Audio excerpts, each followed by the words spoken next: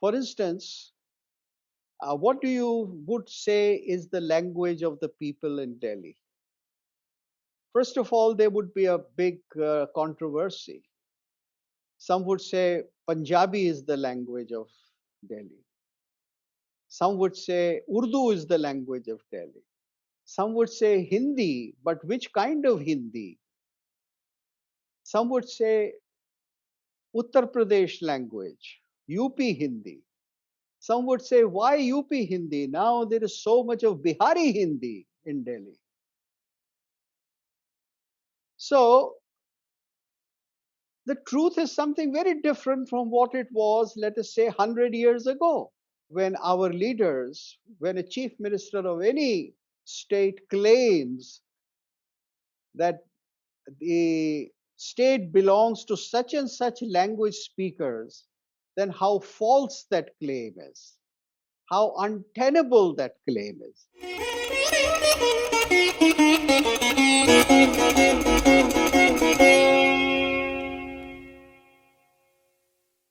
Namaskar to everybody. I am very happy to be with you all in this third part of this talk on my book, this book called India, A Cultural Decline or Revival. And this was written many years ago, but the issues in this book are the permanent issues in the last 50 years of our culture and the cultural life of India. Now, this third talk today is on the later part of my book, in which I deal with the issues of language, identity, and how the issues of language and identity go to make some kind of a nationalism or contradict nationalism and reassert what may be called regionalism or fissiparous tendencies. So this is the, and then there is the association of religion along with this. So it is a complicated subject, but it is a subject which has been really live and hot for last 100 years. So let us begin the talk. Let me begin, as I always try to do, with a auspicious shloka, and I read out something to you. Ganga Taranga Ramani Jata Kalapam Gauri Nirantara Vibhushita Vama Bhagam Narayana Priyamananga Madapaharam Varanasi Purapatim Bhaja Vishwanatham. Varanasi Purapatim Bhaja Vishwanatham. Now, friends, language is looked upon very differently in different parts of culture. In different parts of the world, people look upon language in many different ways. In India, we have a very specific way of looking at language. We connect it to our communication not only with each other, but our communication with other creatures in this world, and also with those powers which are the powers of creation. So, language for us is a means of communicating not only with our fellow human beings, but with the ultimate reality, the maker of this world. And that is why language in India has been divided into four: para, pashyanti, madhyama, and vaikhari. What we normally know as language is vaikhari. That is something which is split into different parts and which is known as the language of the tongue, or glossa as they call it in Greek, glossa, that which is spoken through the mouth. Now, that is the lowest level of it, and that is always specific to a region, a people, a time, etc. But beyond that, there is the language within the mind, construction of what is in your mind, and then your consciousness, how that consciousness is related to the highest level of consciousness or the creator.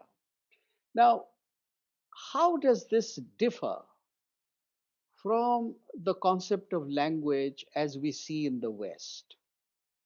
Normally, the West looks upon language as something which belongs to a people, represents the cultural life of a people, and represents their identity. You see, for Europeans particularly, language is the essential basis. It is the cornerstone of making the identity of a people. Now, that is not the position in India. In India, as I just told you, there are many aspects of this language. There is the verbal language, there is the language of sign, there is the language of music, there is the language of color, there is the language of birds, animals, clouds, nature, mountains, volcanoes, shabda, nada. We have many words which express something which is not just the dictionary meaning. Shabda or nada or sound in the Indian context is not just the dictionary sound, like a word from the dictionary, like say a word in Sanskrit, like shwan for dog. In English, you have dog. In Hindi, you have kutta. So these are different words, but they mean the same thing. But in the Indian context, language is related not just to the dictionary meaning, but also to the widest possible nature of sound, because the sound emerges itself in tones also, swara, in pitch, in volume, and then how it is spoken or how it is rendered, whether by a human being or by another living being or by a musical instrument. So, all this fineness is seen in terms of expression in India. And identity of a person or the idea to communicate is not restricted just to a dictionary. Therefore, what is normally considered in the West as language, which is English language, French language, German language, is not the same thing as Tamil language, Kannada language, Hindi, Bengali, etc. That, of course, is one aspect of the dictionary language of the Vyakta Shabda, that which is very specific, that which is laid out in the dictionary. But beyond that, there are so many other levels and aspects of language, and India has been using it for communication consciously and along with the dictionary meaning. So, this is not a small thing, because when you come to make your identity, and if you choose your identity as if it is restricted to something which is in the dictionary, like a particular given language like Hindi or Bengali or Tamil, then you say, well, this is the language. But when you include in that music, when the word is combined with music, and that is also the language that you speak, when you combine your various kinds of intentions rise and fall of the voice, the nature of the voice, and your gestures, how you move your hands, what are your facial expressions along with that language. When communication for you is all that put together, then you just can't say that my language is only the words that I am speaking. So in India, use of language is never just in the dictionary meaning level or what is called abhidhartha. It is at the level of music, at the level of gesture, and we include the language of painting in the medium of communication. Now, that has been used in India right from the very earliest times to communicate, to conduct something. And that is part of our cultural history. Therefore, we think of language, we have used language through these thousands of years in a very different manner from how the Europeans have used. Of course, the Europeans have used music along with words, they have used painting and color and all those things. But then they have not combined those various aspects of communication into one single whole as we have done in India. And we have been doing it from the earliest time. If you look at the Rig Veda, then the Rig Veda was not just the word, not just the mantra, Agnimide Purohitam. It was not just chanting, but it was also singing the Vedas, the Saman chant, and using it in action. So communication was just something much more than reading, let us say, a portion of the Bible or reading a portion of the Old Testament.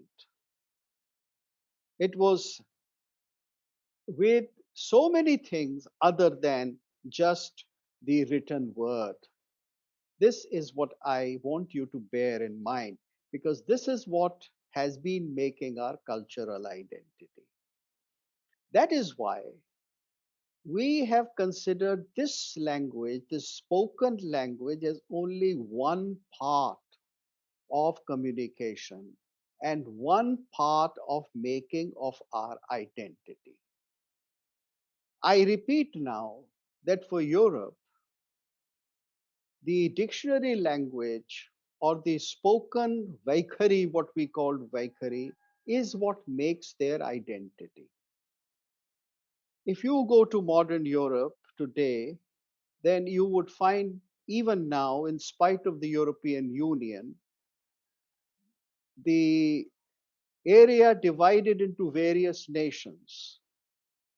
And it has been so for the last 400 or 500 years. Now, this modern nationalism came into being, so to speak, ever since books came into print and books became very popular, so that people of Europe could see that their language circulated in a certain area. And then they chose that area, that territory in which their language circulated, and they made their nation out of it. So, when they discovered that French is spoken in this part of Europe, which was earlier partly Gaul and partly Saxony and partly, various others, then they said, okay, now this much part will be called the French nation. Or when they said, okay, here is where German language is spoken, and this is the region where different states speak a language similar to the standard German, that the standardized German, and Bismarck made a nation called Germany. So it was on the basis of language that in Europe modern nations were born. So modern nations in India is something which we don't think in the same manner as they think of in Europe, because we have had always a highly multicultural society in which people spoke all kinds of different languages. And we never identified ourselves entirely with one language. We were always multilingual people. In ancient times, what is wrongly called Sanskrit drama, in ancient drama, people used to speak in four or five languages. It was a multilingual drama. So some characters would speak in Sanskrit, like the king. The queen would speak in some regional language like Magadhi or Saurashtri. Some other characters who came from the south would speak a language of south. And they all used music and dance, and people followed, and the audience was very happy to listen to different kinds of languages. They never said, give me my drama in Hindi. I have come to see Hindi drama. I have come to see Tamil drama. I have come to see Punjabi play. You see, that kind of thing came into existence in India in the 20th century, with print culture coming into India and linguistic consciousness is rising in. Otherwise, we were creating our arts according to genres, according to fashion, according to needs. For instance, if you look at what is now called Carnatic music, then people were writing compositions of Carnatic music in mostly in Telugu, like Tyagaraja, or they were writing them in Kannada, or they were sometimes writing later on in Malayalam and even in Hindi. The great king Swati Tirunal he made Brij Bhasha compositions in Carnatic music in what may be called part of Hindi, or what was Brij Bhasha. And he never said that I am going to compose only in Malayalam. So whosoever wanted to make a composition or communicate through music would communicate through different languages. There was no such close identity. And if you read the literature of India before 18th century, in fact, even in early 19th century, you will not find a single line where somebody says, I am a Tamilian, I am a Hindi wala, I am a Marathi. In this part of India, we are Marathis, and we don't want non-Marathis come into our region, or they should not be given the same privileges.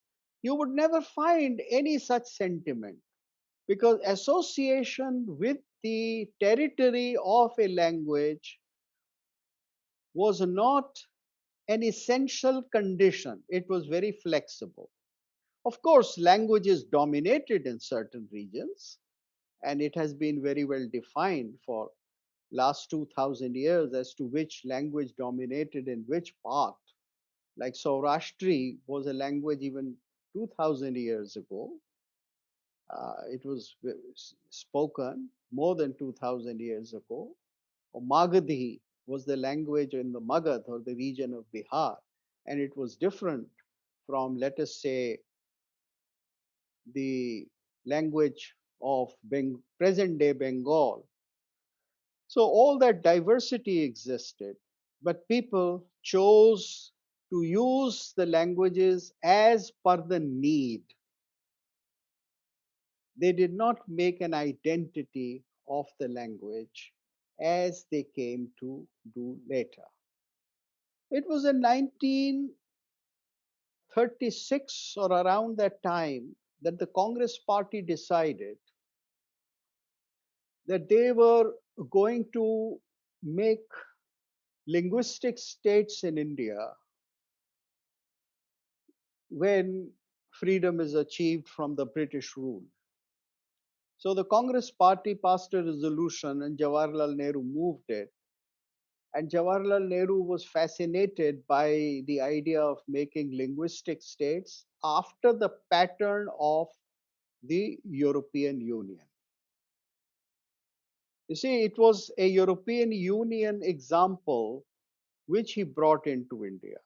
And then you all know that from 1952 onwards, slowly and slowly, the present Indian linguistic states started emerging.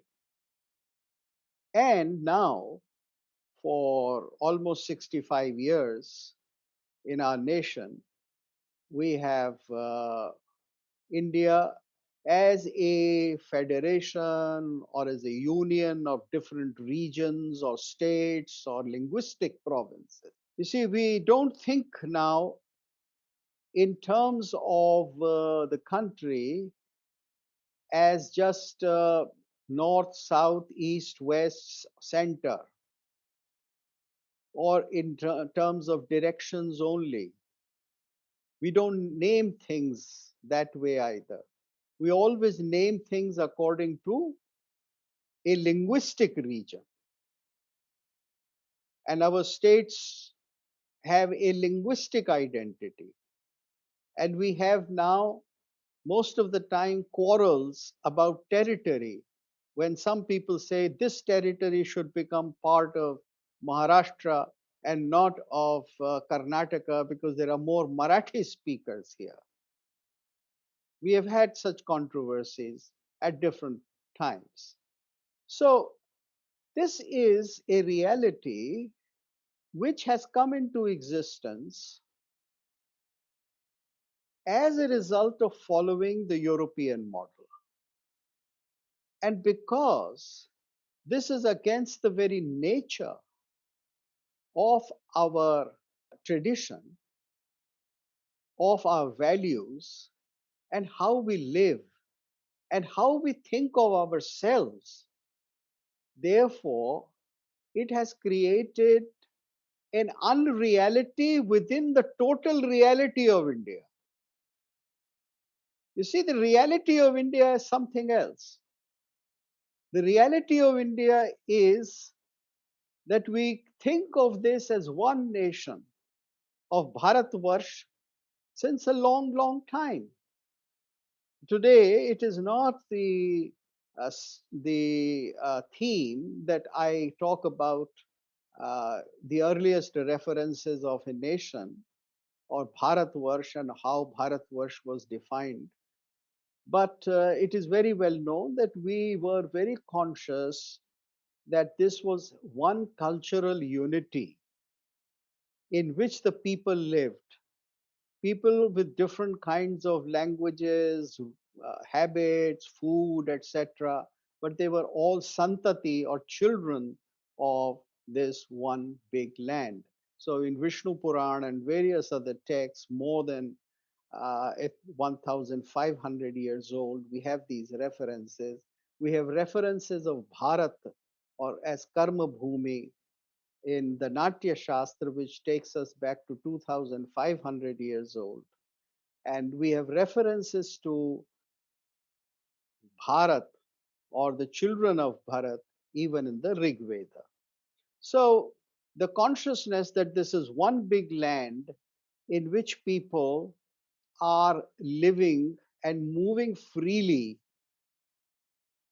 and thinking about it as a whole, not divided according to any linguistic divisions, is the real experience of India. Now, how is it that this experience creates problems for us in modern times? In other words, if I were to ask a question, is there something wrong with having linguistic states now? Somebody would say that, all right, Jawaharlal Nehru followed the European model. He made linguistic states out of India, following the example of Europe. So it's very good. It's helping people to discover their identity, to have a regional identity, be proud of it, be active about it, to make it flourish. and at the same time keep that identity as part of the larger identity of one big nation. So, what is wrong with it? Why not continue with this model? And it is at this point that I want to tell you as to how this model is not working and where this model is leading towards various kinds of clashes. I'm not going to make any predictions. I am not going to suggest that this model would essentially lead to the division of the country into separate nations. I am not suggesting that it is a fait accompli, that linguistic states become into separate nations. But I will talk about a few things today as to how the complications have arisen and how the cultural development of the country is jeopardized.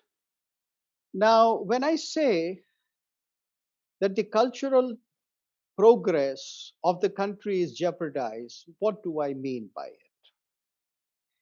And do I have any example of what is happening? Yes. I'm not a man very good at statistics.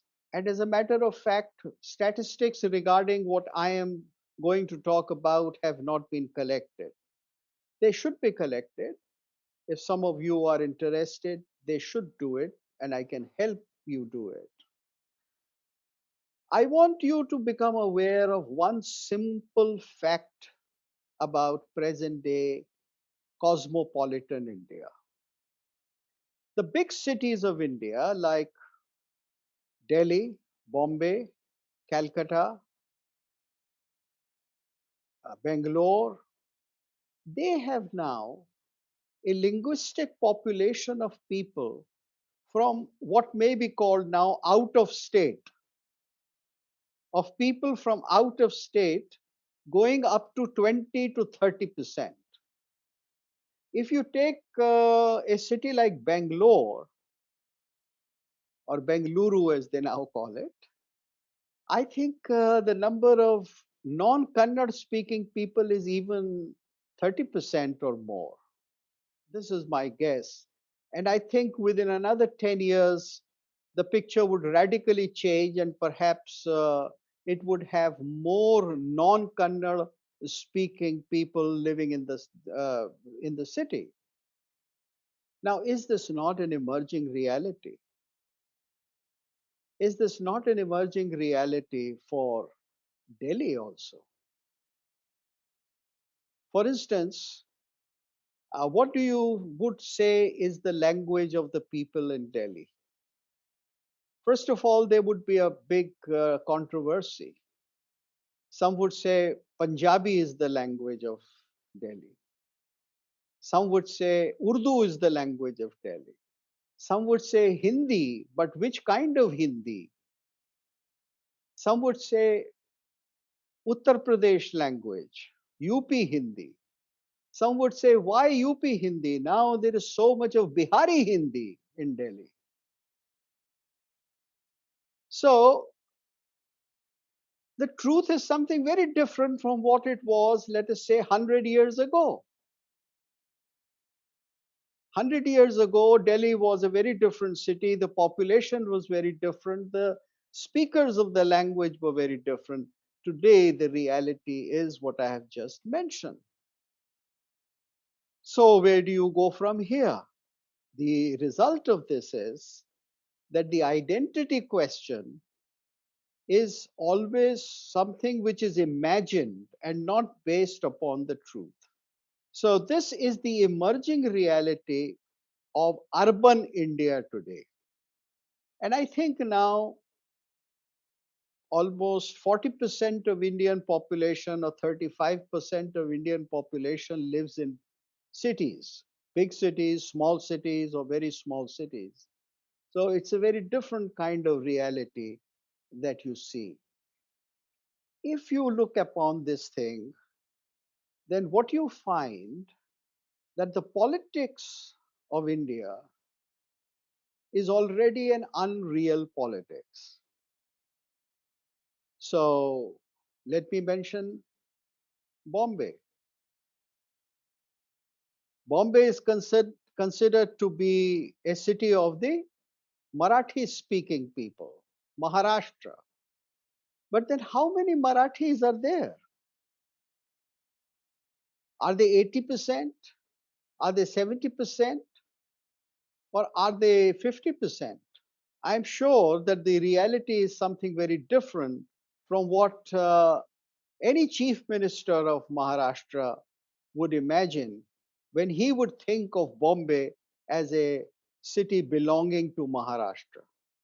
So, if your biggest city is no longer a Maratha city or a Maratha speaking place, or in any situation, if there are 40% people in it who are speaking non Marathi, then are you justified in calling it a Maratha city or a Maharashtrian city?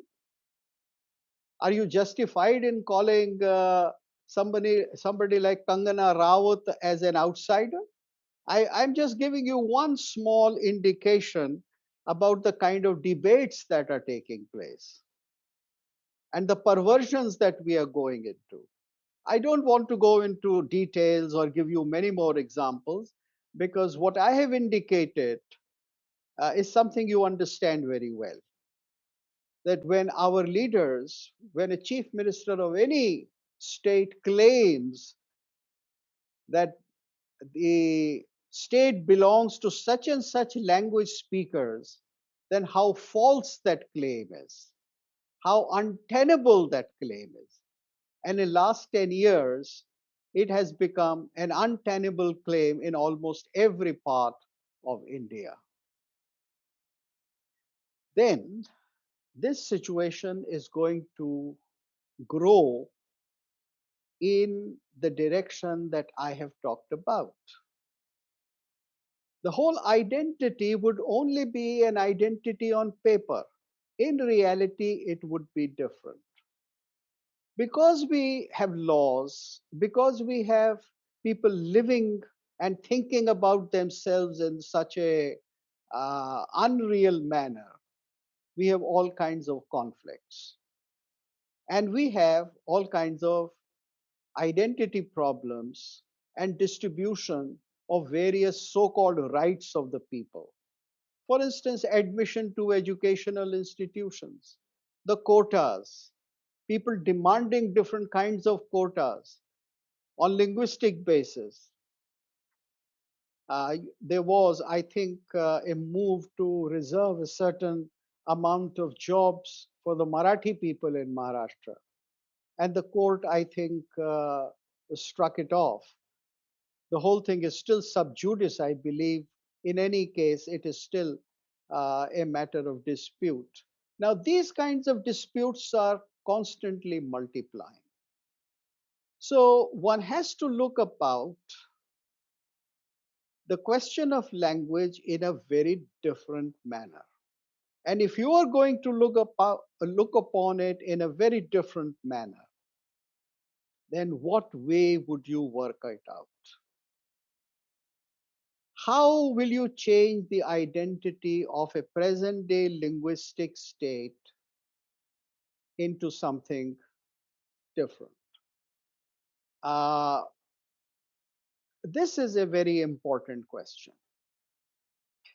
If you are going to change the identity, then what would you do? Would you say that every state should become a double language state or a triple language state or a quadruple language state? That Delhi, for instance, should have Punjabi, Urdu, Hindi, and Bhojpuri, four languages as its language. Because you are already fighting elections according to that. You are already looking upon different sections of the people in Delhi according to that. So, as I asked you the question, how will you come out of this conundrum? Would you make it a state in which there are four languages as the state language? And if you are going to do that, then every state of India has three languages or four languages. Then will you be able to divide one state from another into any kind of a sensible manner? For instance, if Karnataka is going to have Marathi, Telugu, and Tamil and Malayalam as five languages, and if Tamil Nadu is going to have similarly these four languages, then what is the sense in having these three or four states with pretty much the same languages of the South? Then why not go for something which existed in the British times? Like there was a central province, then there was a greater Bengal type of a division, and then there was what was called the Madras Presidency, because they did not make the division on the basis of the language. They made it in terms of the broader identity, because the languages of the South are quite different from the languages of the North. And culturally, there is a division among the people also since very ancient times. We always call the people of the South as Dakshinatyaha, that is, those who belong to the South. So, the Southern people calling people of the North as Northies and Northerners calling them as Saudis need not always be with a loaded meaning. It can just be with something very factual. So, should we go to that kind of a model? And if we go to that kind of a model, would that give us certain advantages? Now, that is a question that I want you to ponder. Now, in my mind, I think that there will be a certain advantage in redividing the Indian state. And that would be that the kind of very narrow identities which we have constructed would start to disappear. And the kind of divisions which we do in terms of jobs, in terms of local politics, and politics that eventually goes into some kind of a caste politics would also cease. You see, when you have a wider perspective and when you have a larger number of parameters which are struggling for power or being recognized, then the whole situation changes. And when this changes, then the identities have to be redefined. The identities would then be broader identities. People would learn more languages. I think the biggest advantage would be that today Indian is the average Indian is so constricted in his or her approach by the linguistic identity that they think of themselves as Tamilians, Maharashtrians, or Hindi walas, or Bengalis, etc. And that would undergo a radical change. This does not mean that you would be any less proud of the language which you are speaking, either from childhood or which you may have adopted at a later age in your life. you would love that language, you have grown up with that language, you would still have the same attachment with what you now call the mother tongue, and you would do all those things. But I think your identity would not be restricted to this language as was in the past before 19th century. This would be one big advantage. And that would also make you open to rest of the country.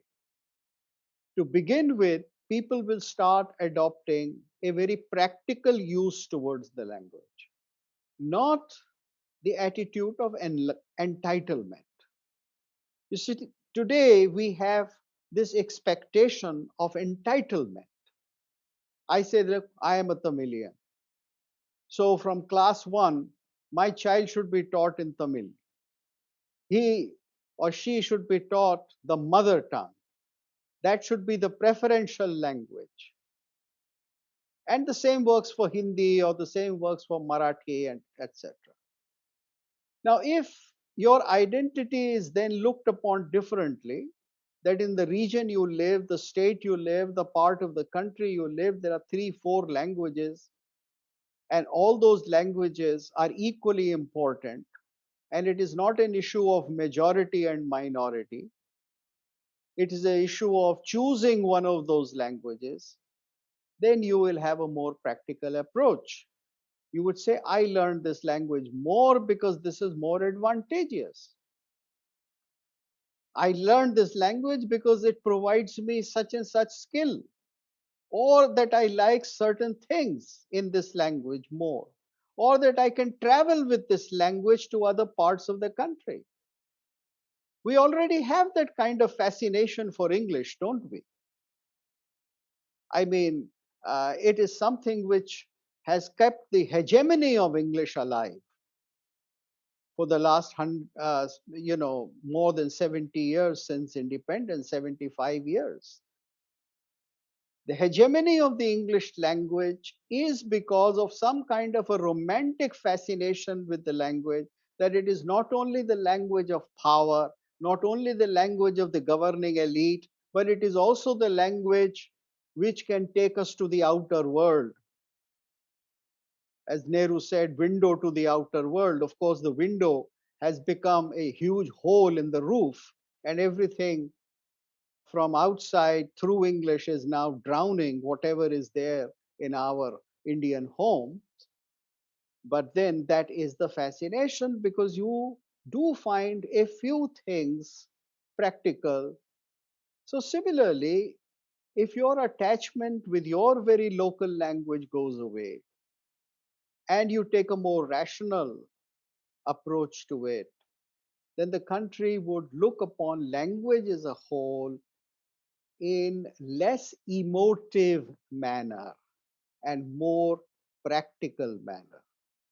You will judge how to use a language, for what to use a language, and you will also learn more languages.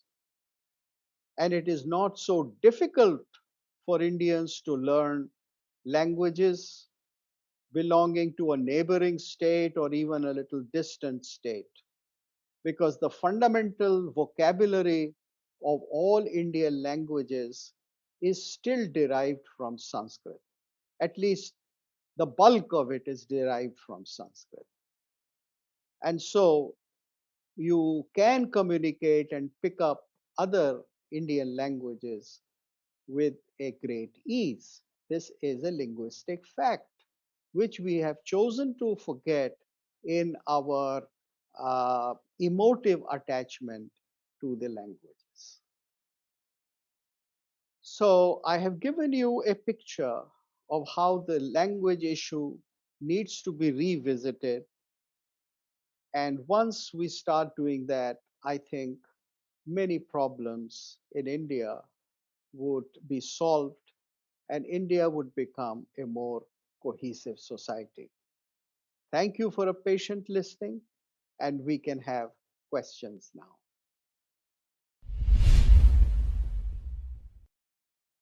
Bharatji, first, my favorite. question in which for which I often get into a problem with everybody, almost everybody.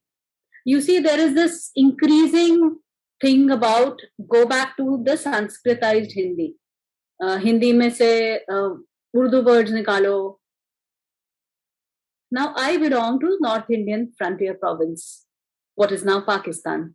And my language, I belong to Punjab, confluence of five rivers, confluence of multiple languages, cultures, traditions, which is a mixture of Hindi and Punjabi and Urdu and Farsi and English and multiple influences of, you see, Balochi, Pashto, all these languages, and Sanskrit, of course.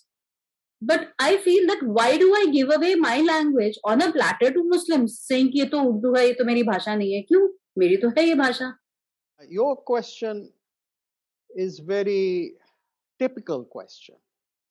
You have given the example that you are from northwest part of India, so you have Punjabi and Urdu and even Balochi and maybe some words of Pashto and of course lots of words of Sanskrit or so-called Hindi in the language with which you have grown up or so-called your mother tongue or the language which you speak at home, the language in which you have been thinking right from your early childhood. So if that is your language, then how do you define what should be your formal language? What should be the language you should use if you go to a court or if you go to higher education and read a book? You see, that is the fundamental question. Because for all of us, there is a language of daily use. We want to buy a pan from a panwala and we use that kind of a language. But if you are going to make a submission in a court of law asking for a wrong to be set right, then it would have to be in some kind of a very standard language. Now, this is the essential contradiction that policymakers face and which cultural strategists have also faced throughout Indian history. In India, people solve this problem by making Sanskrit the formal language, and it continued to be the formal language. A formal language is that language which can be used in the widest possible area and for very sophisticated communication. Something which can be used for philosophic expression, legal expression, giving philosophic ideas to children, raising them in that manner, talking about art, creating different disciplines in it, transmitting various sciences in it. Now, for that, you need a formal language, and India chose Sanskrit to be that. And India did another great miracle, which no other nation, or rather, no other region or civilization, as a matter of fact, was able to do. And the miracle they did was they formalized Sanskrit to such an extent that they stopped a period wise growth in it, rapid growth in it. They said, let us make it frozen language, more or less, on rules of Panini and rules of various other grammarians. So that as a result, I can read Sanskrit written by the Vedic sages today after 5,000 or 7,000 or 10,000, whatever people think is the age of Vedas. I can read Kalidasa, whereas people in England can't even read Shakespeare 400 years ago. You know, if I go to, let us say, the immigration officer when I land up in London, and if I say, methinks thou art shining forth like the Zona, He'll say, "What are you talking, you fool?" And if I tell him this is how Shakespeare talked, he'll not believe me. It's just 400 years.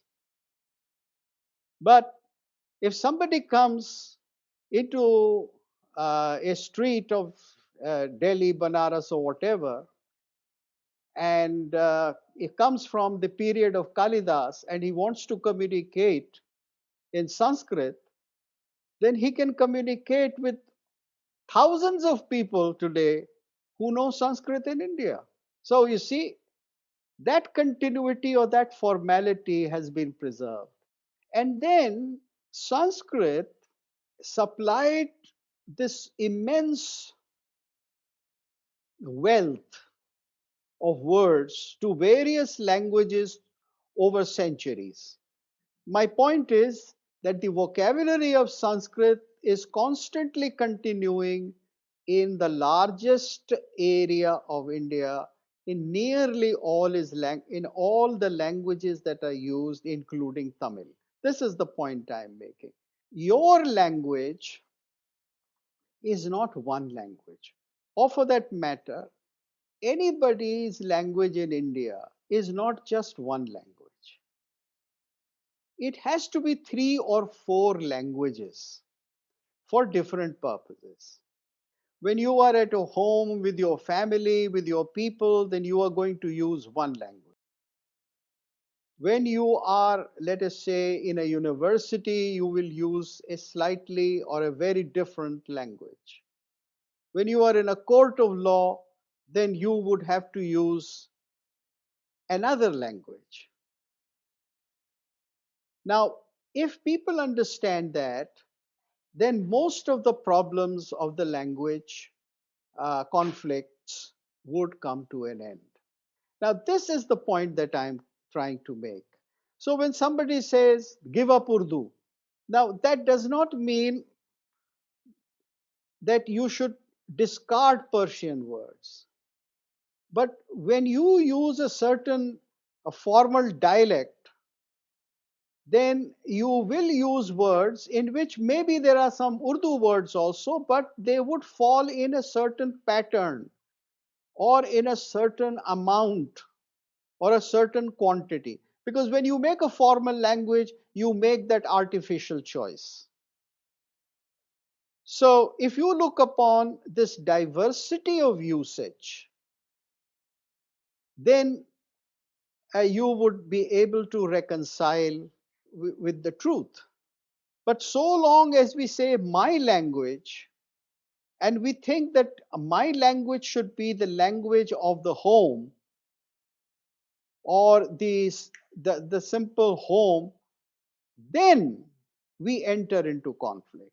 Once we accept the fact that we are going to use multiple languages for multiple purposes, we'll have no problem.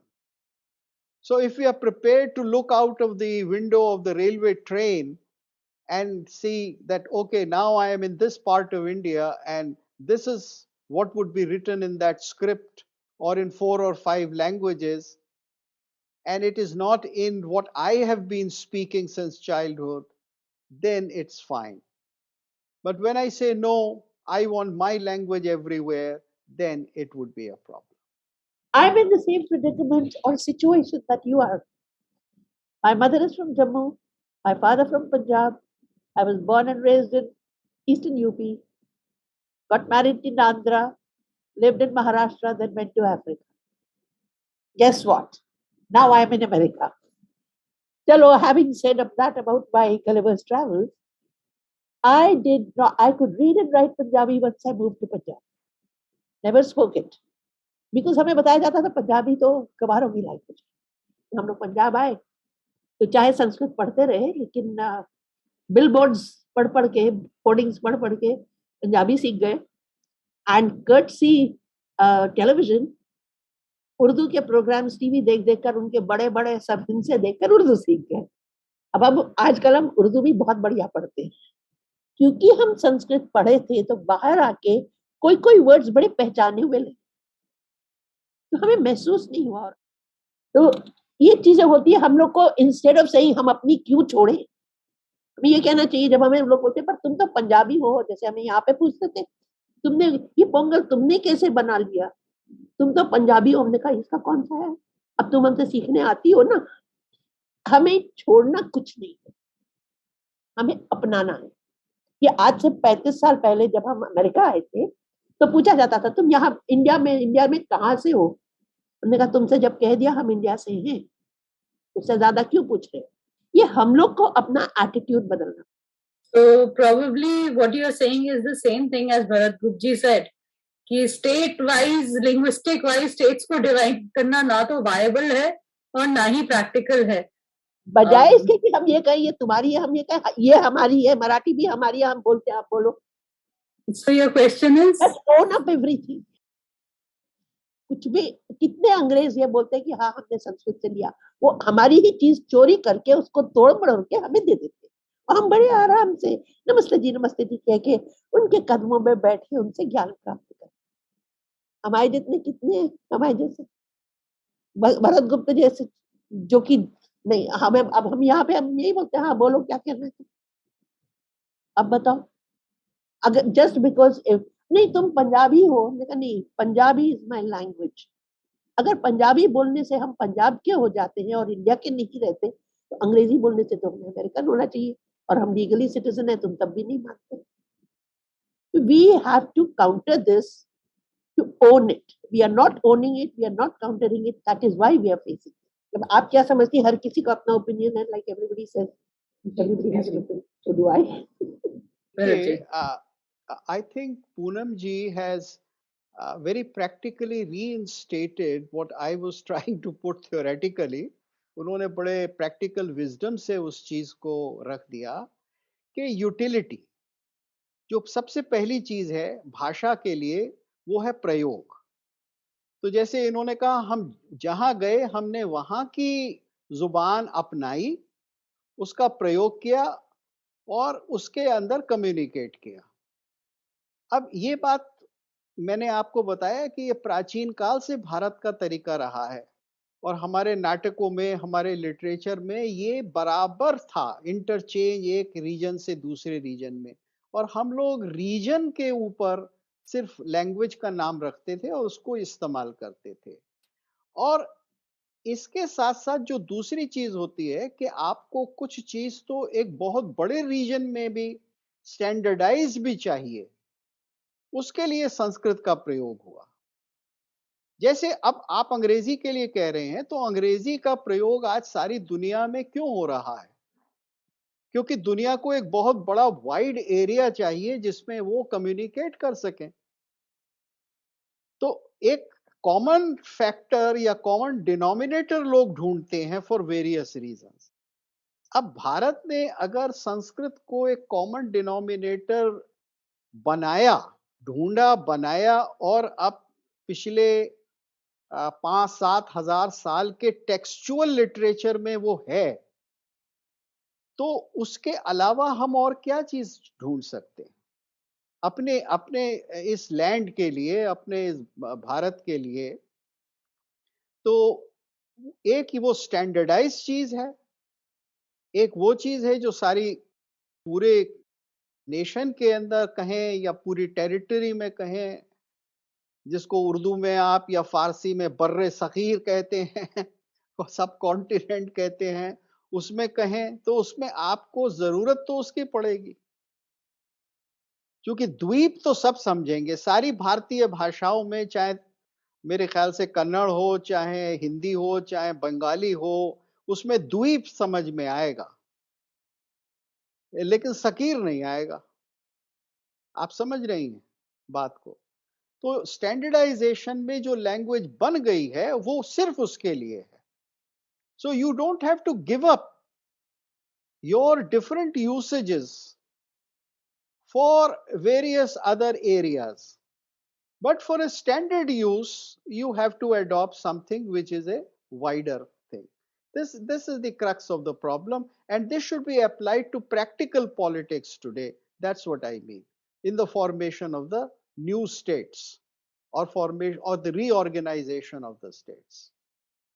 Sir मेरा question इसमें था कि जैसे अभी आपने ma'am को जवाब दिया कि संस्कृत कभी हमारे इसमें ऐसा वे ऑफ लैंग्वेज नहीं रही थी, तो क्या मतलब हम ये कह सकते हैं कि संस्कृत मतलब जो हमारी एक मातृभाषा में हम सोचते हैं, जैसे हिंदी में जो बोलता है वो हिंदी में सोचता है, ठीक है, और जो मराठी में बोलता है वो मराठी में सोचता है, और जब अलग अलग प्रांत में हम जाते हैं तो हम उस प्रांत में उसकी भाषा सीख के, लेकिन हमारी एक मेंटल जो स्टेट रहती है वो एक ही भाषा में बनती है, ठीक है। जैसे अभी मैं हिंदी में सोच रहा हूँ और एक हिंदी में भी बोलूंगा, तो क्या संस्कृत इस स्थिति से कभी मतलब गुजरी नहीं कि मतलब संस्कृत को लोग संस्कृत में सोचते थे और फिर उसी में करते थे।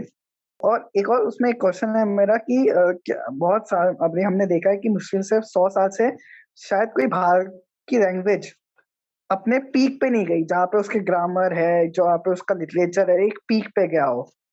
तो ये क्या अप्रूवनेस का वो है या फिर उसका पीछे कुछ और कारण है? आपका सवाल है कि हम एक भाषा में सोचते हैं तो क्या वो भाषा हमारे लिए सबसे अधिक मूल्यवान नहीं है, ये सवाल है। अब पहली बात तो मैं आपको एक ये बताऊं कि ऐसा नहीं है। जब आपका भाषा का अभ्यास बहुत गहरा हो जाता है तो आप उस दूसरी तीसरी भाषा में भी सोचने लगते हैं, आप उसमें स्वप्न भी लेने लगते हैं। अब मैं 4 भाषाएं जानता हूं, उसमें से कम 3 भाषाओं में तो मैं बहुत सोचता हूं और वो चीज निरंतर मेरे अंदर रहती है। अब ये एक प्रेजेंट डे सिस्टम हो गया है कहना कि मातृभाषा में सोचो, मातृभाषा ऐसी भाषा है कि वो सबसे पहले माँ के मुंह से आपके कानों में पड़ी है, आपके मानस पटल पर वो छा गई है और वो ओरिजिनल है, उसने आपके मन में अपनी जड़ें गहरी कर दी हैं। तो ये सारा जो थिंकिंग है ये अनरियल है और ये पॉलिटिकल जार्गन है पिछले 300-400 साल में नेशन स्टेट्स का बनाया हुआ। ये सारी चीजें जो यूरोपियन नेशन स्टेट्स ने बनाई, जो आइडेंटिटी उन्होंने बनाई, और आज की तारीख में वो इसको खत्म कर रहे हैं। आज उन्होंने यूरोपियन यूनियन बनाई क्योंकि उन्होंने देखा कि नेशन स्टेट का नतीजा ये था कि उनके 2 महायुद्ध हुए, और जब से 2 महायुद्ध हुए और उन्होंने सोचना शुरू किया कि कैसे तीसरे महायुद्ध को हम आपस में ना लड़ें, क्योंकि वही तो आपस में लड़ रहे थे ना, यूरोपियंस ही तो लड़ रहे थे, बाहर के ये कॉलोनाइजर्स ही तो आपस में लड़ रहे थे, नेशन स्टेट्स वाले ही तो लड़ रहे थे। तो जब उन्होंने ये सोचा तो अब उनके लिए नेशनलिज्म एक बहुत बुरा शब्द हो गया। तो यूरोप में नेशनलिज्म बहुत बुरा शब्द है, वो फैशिज्म के लगभग निकट आ गया है। लेकिन अमेरिका में स्टार्स एंड स्ट्राइप्स के नीचे 4 जुलाई को खड़े होकर सलूट लेना, American nation, God bless America, बहुत अच्छा है। लेकिन भारत के लिए वो कहेंगे कि नहीं नहीं, आपका नेशनलिज्म तो बहुत खराब है और उसमें आपकी हिंदू मेजॉरिटी का नेशनलिज्म तो सबसे ज्यादा खराब है। तो आप ये देखिए, ये डबल स्टैंडर्ड्स जो कॉलोनाइजर्स प्ले करते हैं, हम उस चक्कर में ना आए। हम जो रियलिटी है, हमारे भारत की जो प्रैक्टिसेस रही हैं कि हम इसेंशियली मल्टीलिंगुअल लोग हैं। और जैसे मैंने इस अपने इस वक्तव्य के प्रारंभ में कहा, हमारे लिए भाषा जो है, कोई भाषा ऊंची नीची छोटी नहीं है, क्योंकि हमारे यहाँ सारी भाषाएं वाणी हैं और वाणी सरस्वती है, वाणी दिव्य है। वो परा पश्यन्ति मध्यमा और वैखरी रूप में है और वो हर जगह इस तरह से प्रकट होती है। तो हम किसी भाषा को छोटा या बड़ा नहीं समझते आए हैं भारत में। सब भाषाओं के लिए हमारे वाक ही एक देवी है। हम प्रयोग के अनुसार, आवश्यकता के अनुसार, देश काल के अनुसार उसका प्रयोग करते हैं और हम किसी को अपना या दूसरे का गैर नहीं मानते, हम सबको अपना समझते हैं। जैसा अभी पूनम जी ने कहा था कि जो भी कुछ है, जितनी भी भाषाएं, वो सब हमारी हैं। और मैंने अभी दोबारा उसको इस तरह से रखा, वो इसलिए हमारी हैं कि वास्तव में हम उनके हैं। हम वाक देवता के उपासक हैं, हम वाणी के उपासक हैं। तो हम चूंकि वाणी के हैं, तो इसलिए वाणी के जितने भी रूप हैं, हम उनके हैं। तो ये भारतीय दृष्टि है, और इसमें किसी को दबाया नहीं जा रहा है। प्रयोग के अनुसार भाषा की choice at A given time, given place होती है, एंड फॉर अ पर्पस होती है। और यही प्रैक्टिकल चीज है दुनिया भर में। मैं तो अपने व्यवहार में यही सीख पाया हूं, और इसी से मैंने कम्युनिकेशन को अच्छा बनाया है। So my question that I am is, I'm working on climatic effects. How the wording changed from a, complete a long a, to a, particularly in places where there is either dust, like in Iran and all that, in Saudi Arabia, dust, or very cold. They will not open their mouths fully. So I'm doing the climatic research. Thank you, Deepak ji. You have awakened me to another reality of language, that how language changes because of climatic conditions. Correct. Now, of course, there can be no doubt that it is so, and the direction that you are pursuing is something very promising, because that is the truth. After all, there are so many climates, and people, therefore, when they migrate from one place to another, then they change. And this must have happened. And with a lot of research and comparative study, you will be able to come to some wonderful conclusions, and that will help us to solve linguistic transitions throughout the world. I wanted to ask, because I lived all over different places in India since my father was in the Indian Navy. We learned 3 languages, my mother tongue, Hindi, and English. But when I moved to one of the South Indian states, it was pretty tough to learn their language, because I'm not from South India. So it was very hard for me to understand Telugu. It was really problematic. We were living in Vishakhapatnam. Communication between them and me was very hard. How do we start working? Because I'm thinking it's possible that I'm not the only person in India over the last so many decades who's faced that. How do we start that journey of trying to communicate with each other, especially if you're not really good at picking up languages? Yeah, your question is, how do you learn languages which are very far off from the language that you know, and which appears to be a difficult language? Now, the very simple thing is, try and appreciate whatever it is to begin with. It's like when you're trying a new dish, it's something very different from the kind of food that you have been eating. So instead of saying, oh, this is not what I am used to, just enjoy what you are getting. And that way you will be able to pick it up. Then slowly you will see a pattern to it. In what way it is similar to many things that you know, and in what way it is dissimilar. And once your mind catches that, then you will be able to grasp that language.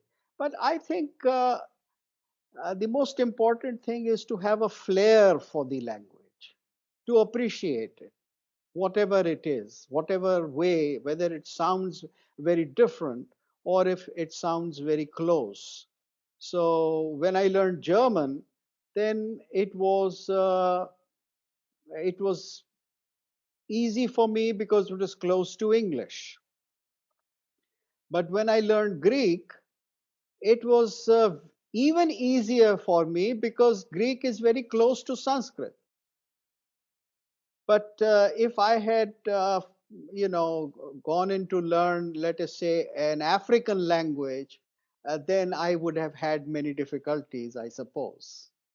So I think it is this approach that you first accept what you are getting, Pick it up as much as you can, just as you try a new dish and slowly you start enjoying it and it becomes natural to you.